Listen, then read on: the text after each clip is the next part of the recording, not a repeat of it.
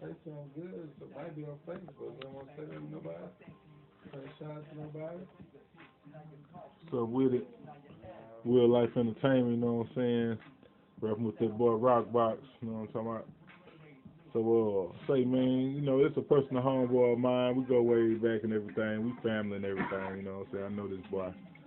But, introduce yourself to the world, man. What's your name? My name the Rockbox. I'm the real Rockbox. The person that's imitating me or whatever like that, I'm gonna get into that later. You know what I'm saying?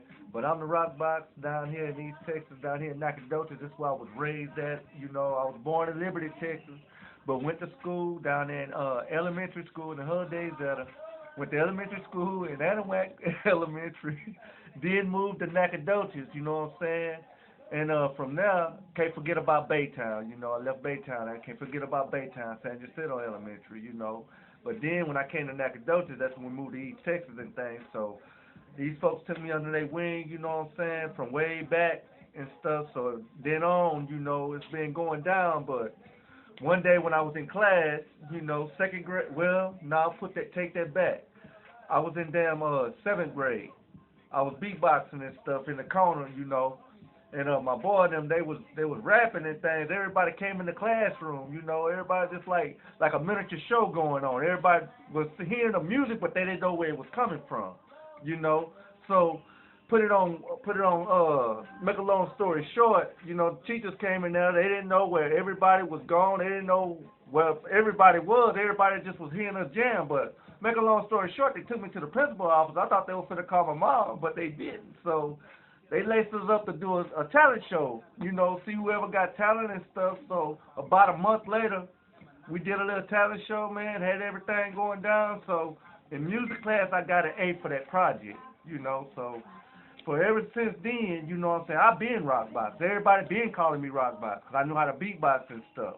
But then the rapping came along till I got a little bit older, at the age of 13, you know. At the age of 13, that's when I started writing poems. I went from poems to writing rhymes. You know, that's how it all began. But anyways, though, you know, that's how it all began with me. Okay, straight up, straight up. So, you say your name, Rockbox. That's an interesting name, man, Rockbox. How you get that name, man? I mean,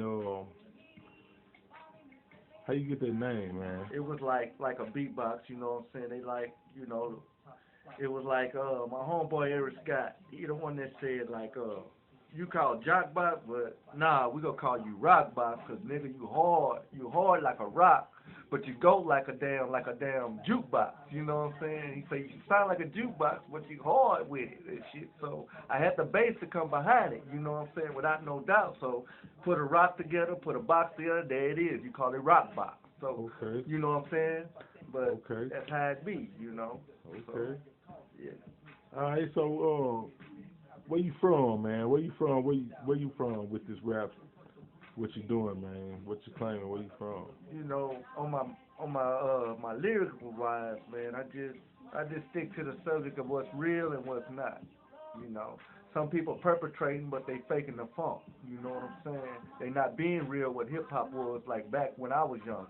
You know, from the Run DMC days, from the NWA days, when people was speaking real shit, even the Ghetto Boys. You know what I'm saying? Then you had Master P and them. They came up and changed the South. You know, they don't want to really put the South on the map. See, everybody wasn't listening to the South like it was, but then when Master P came in, then everybody started digging the swab houses, the rapper lots, you know, the wreck shops, the No Limit, then you got Cash Money. Then you had boys like Luke and them, they was from down south too, but them boys from H-Town and stuff, they was doing it, you know. So everybody from the south was doing their thing, you know what I'm saying? But everybody was up on some real lyrical gangster shit, but also too telling some shit what was happening in the streets or what's going on today, but people not speaking on what's going on today because they too afraid to speak what's on their mind. You know what I'm saying? But I'm going to speak what's on my mind because Martin Luther King died for that right, for us to speak our minds. Even Malcolm X told us to speak our minds, you know.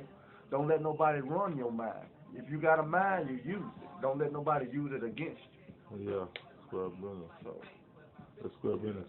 Okay, so you claim to be in this entertainment business. You're in the rap game. Yeah, well, I've been, like I said, I've been rapping for a long time, you know what I'm saying? And I know what it is and what it ain't, So,